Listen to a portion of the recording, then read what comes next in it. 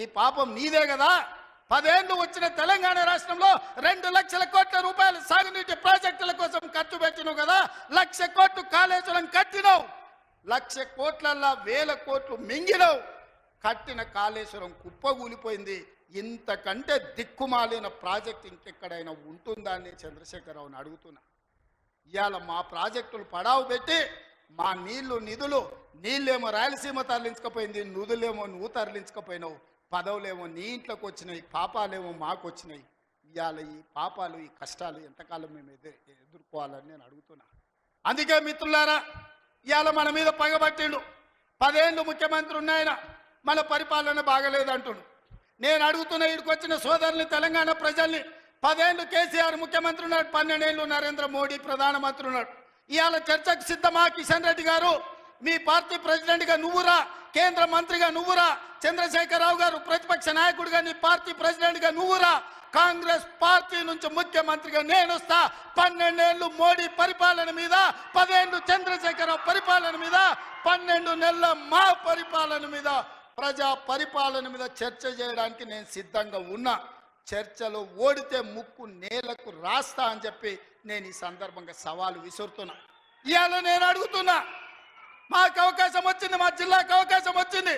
మేము ఎవరినో అడుక్కోవడం, ఎవరి ముందల్లో చేయి దాచడం కాదు. ఇవాళ మా పాలమూరు జిల్లాకే ఒక అవకాశం వచ్చింది. మా ప్రాజెక్టులు మేము పూర్తి చేసుకోవద్దా? మా మక్తల్ నారాయణపేట కొడంగల్ ఎత్తిపోతల పథకాన్ని మేము కట్టుకోవద్దా? మా పాలమూరు రంగారెడ్డి పూర్తి చేసుకోవద్దా?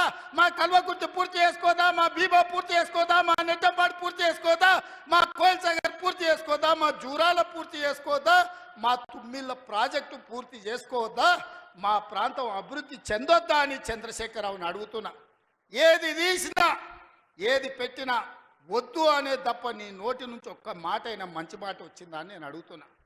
ప్రాజెక్టులు కట్టొద్దంటివి, భూములు సేకరించొద్దంటివి, పరిశ్రమలు పెట్టొద్దంటివి. లగచర్లలో పరిశ్రమలు అంటే కలెక్టర్లను చంపడానికి చూస్తేవి. మాకు పరిశ్రమలు వద్దా? మా జిల్లాకు ప్రాజెక్టులు వద్దా? మా జిల్లాలో నీళ్లు పారొద్దా? మా పంటలు పండొద్దా? మా రైతులు బాగుపడొద్దా?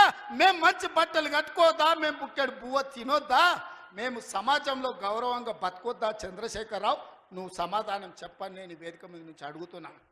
మాకు ఆత్మగౌరవం లేదా? మేము మీలాక దొరలు కాకపోవచ్చు, కానీ మేము రైతు బిడ్డలమే కదా.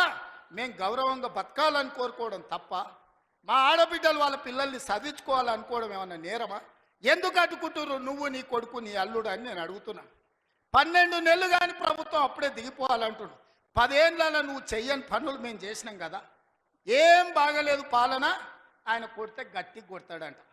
ఆయన కొడితే ఎంత గట్టి కొడతాడంట అంటే ఇక అది చెప్పనలవి కాదంట.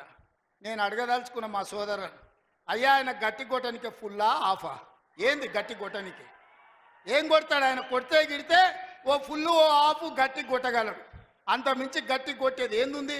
10 ఏళ్ళు నువ్వు గట్టి కొట్టేటోని ఆయన ఉంటే, నిజంగానే నువ్వు గట్టి కొట్టాలంటే డ్రగ్స్ పార్టీలు ఫామ్ హౌస్లలో చేస్తున్న నీ కొడుకును వంగబెట్టి గట్టి కొట్టు, వానికి బుద్ధి వస్తుంది.